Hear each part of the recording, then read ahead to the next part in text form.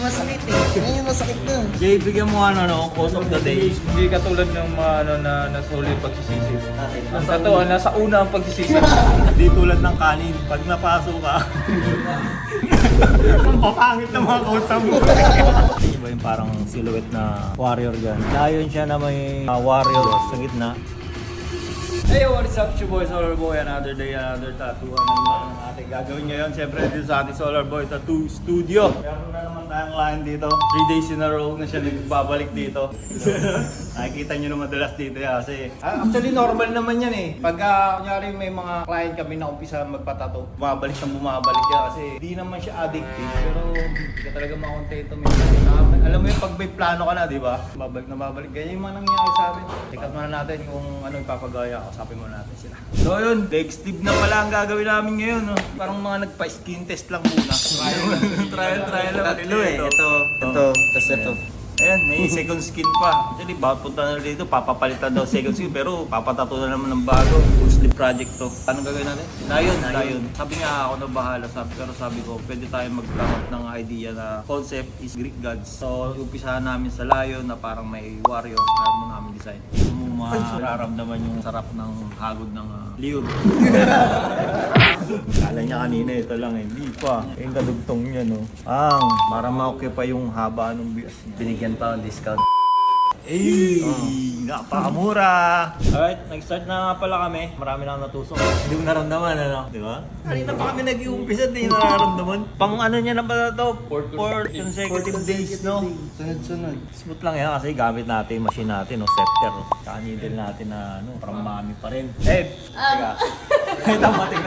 Yes? Ayan na, nagpatato na nga si Sir, oh. Di ba sabi niya, pagka magpapapulig na siya pagka graduate niya? Pag nakagraduate ako, pwede ko na palagyan yun. Hindi natin na-gets. Graduate saan? Pagka-graduate niya, papulig na pala to. Yung last session namin gagawin. Ang galing! Inumpisahan na namin ngayon. Hindi alam ng magulang mo. Alam na niya. Tinest mo na dito. 4 days siyang 4 days straight nagpa-skin ako, test bago pulig. Congratulations, sir. Laki agad ng tattoo mo. Ang dami agad. Anong tingin mo? Alam mo, ba't sila bumabalik-balik para magpatato? Feeling ko dahil sa mata mo. Hindi, joke lang. Siguro tingin mo sir, mura no? Mura and Mura sa quality. quality. Ayun, galing kay sir ha, description yun ha. Ano sir? Mura sa quality. Narinig niyo yun. Kasi you pay for the craft. Yes, you pay for the craft and Mura siya in a sense na ganun ka-quality. ano pang hinihintay nyo? Siyempre pumunta na kayo dito sa Solar Boy Tattoo Studio. Saan nga ito nakikita, babe? 90, Scout Gandia, Tomas Morato, Quezon City. Itong design na to, sir. Ito, sarili mo siya. Pina-inspo ko na sa kanya. Okay. Pwede pala magpagawa kay Solar Boy ng design kapag meron kayong na-imagine na design or may naisip kayong design. Sasabihin nyo lang siya kay Solar Boy or sa squad. Then sila na mag-aayos para sa inyo. Mga ilang oras kaya abutin yan? Sabi ko sa kanya, 6 to 8 hours. Parang bumabagal ka na. Alam mo ba sir, may gawa yan ng fullback? Ilang oras yun? 5 hours? Fullback. Matibay din yung client. Ganon siya kabilis dati. Siyempre pag tumatanda ka, bumabagal ka. Pero, pumupulido yung gawa. Mas quality na tayo ngayon. Kanina hindi masakit eh. Ngayon masakit na. Jay, bigyan mo quote of the day. Para hindi masaktan si Sir. Ang totoo, hindi katulad ng mga na nasa huli yung pagsisisi. Okay. Ang totoo, nasa una ang pagsisisi. Tapos yung tato, sa una lang masakit hanggang sa huli. Ang tato, di tulad ng kanin. Pag napaso ka, ang papangit ng mga quotes mo. Lalayo eh. No? Ako nga, hindi ko motivate sarili ko eh. Sabi nga, kailangan mas okay na discipline kesa motivated. Kasi sir, wala tayong discipline din eh. Ang ibig sabihin nun, kailangan discipline ka, handa ka pagka magpapatato ka, meaning kailangan kumpleto matulog mo. Ngayon, Hindi. ng ilang araw, oo. Ngayon hindi.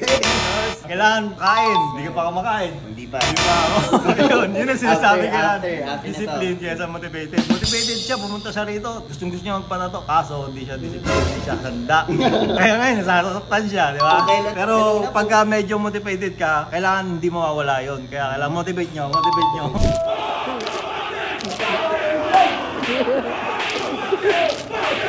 Alright, may nakalimutan pala tayo. Nakalimutan natin gumamit ng liner. Ito pa lang shader lang natin. Ano sa ating gagamitin yan? Doon lang ako sa sa pinaka-eyeball.